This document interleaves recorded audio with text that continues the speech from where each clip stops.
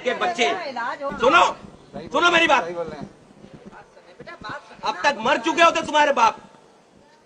20,000 रुपए एक दिन का खर्चा पता पता ये तुम्हारी नौबत आज आई क्यों है? अगर आज से चंद साल कबल मुस्तफ़ा कमाल को उसी वक्त उसके इस रवैये पर थप्पड़ रसीद किया जाता तो आज ये नौबत नहीं आती।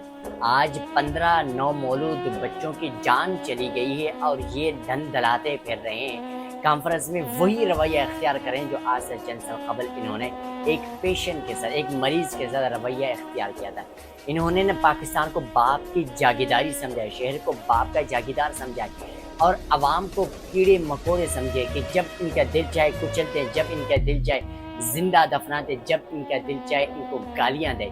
ये इतने भेड़िए हो चुके हैं हमारे हुक्मरान कि समझ ही नहीं आती कि इनसे सवाल किया जाए तो सामने से इनका जवाब ये नहीं कि तहम्मुल से जवाब दिया जाए, बल्कि सामने से इनका जवाब इस तरह का आता है जिस तरह मुस्तफ़ा कमाल का है। आज से चंद साल कबल इनका रवैया यही था और आज फिर यही इनका रवैया रहा है कल के कॉन्फ्रेंस में, क्योंकि उस वक्त इन्हें ना किसी ने थप्पड़ नहीं मारा है। न जाने क्यों इनके सामने हिजड़े खड़े हुए थे तो उसके इस रवैये पर भी उन्हें कवरेज दे रहे थे। और इससे बड़ी हैरानकुन बात ये है कि इस नालायक को इस ओहदे पर बिठाया किसने। इतनी जानें चली जाती है कि किसी मुल्क में तो आज उस मुल्क का पूरा सिस्टम बंद हो जाता, तफ्तीश की जाती, इन्वेस्टिगेशन हो जाती कि आखिर ये मसला हुआ क्यों। एक एसी की वजह से मसला हुआ? बिल्कुल भी नहीं। एक एसी की वजह से हो जाता, वहां पर डॉक्टर्स मौजूद थे, उन डॉक्टरों ने किसी एक बच्चे को भी नहीं बचा पाई, किसी एक खातून डॉक्टर ने किसी एक चेयर को भी नहीं उठा पाई। दुनिया जहां में इस तरह की वीडियो सामने आ जाती हैं कि जहां अगर इस तरह का मंजर होता है तो जहां पर बच्चों को रखा जाता है वो अपने डॉक्टर्स अपनी जानों की परवाह नहीं करती बल्कि उन बच्चों की परवाह करती है।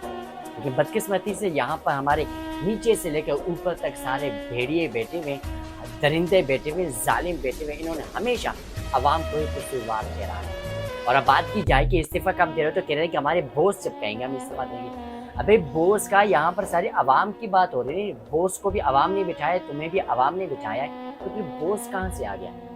इंतहाई अफसोस होता है जब हमारे सियासतदानों का रवैया कुछ इस तरह होता है अवाम के साथ। गलती बताइए उनकी नहीं, गलती बॉस की नहीं, गलती मेरी और आपकी है कि हमने इनको सर पर चढ़ा के बिठाया है कि जब इनका दिल चाहे जो चाहे वो हमारे साथ कर सकते हैं, हम कुछ कहेंगे नहीं। हमारे बड़े हमारे सियासतदान हैं, सिर्फ एक गलती की वजह से आज इतने घर उजड़ गए और अब तो ये कहा जा रहा है कि उन्हें लाशों तक नहीं मिल रही। ये कहाँ का इंसाफ?